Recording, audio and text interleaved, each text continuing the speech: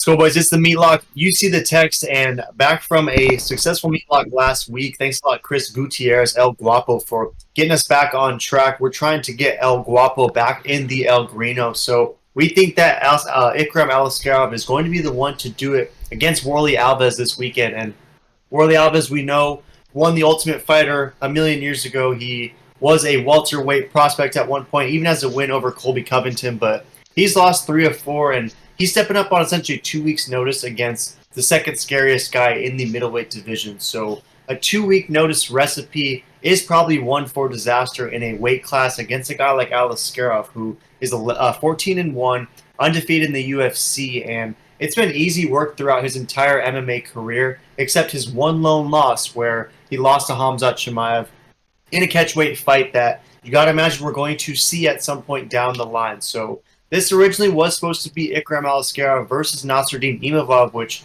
might have been an interesting fight, but still probably an Ikram locker room for that one as well. But respect to Warlley Alves for stepping up. I mean, the shine is kind of getting taken away through Usman, through OGM for stepping up and saving fights, but respect to Warlley Alves as well. But from our end, Meat Boy, we're seeing it just as an opportunity for a heavy ham, easy Meatlock light work for Aliskerov. So what are your thoughts? Why do you believe Aliskerov is such a lock in this one? And how does he get this one done over welterweight Warlley? Yeah, this is an absolute lock. I would say even a little toss-up for here's an extra beef, here's some extra teddies for the boys, here's some extra money for, inflation. Thank you, Mr. Alves, because you are getting slapped in about 30 seconds from the absolute meatlock, Ikram. I think Ikram is going to dominate, knock him out just like he did to Phil Hawes. I mean, you already know. I mean, I don't even think we need to really explain why this is going to happen. I think everyone else is going to agree on this. Look at Tapology, pretty bullish there. Everyone sees what we're seeing. It's a lock nonetheless.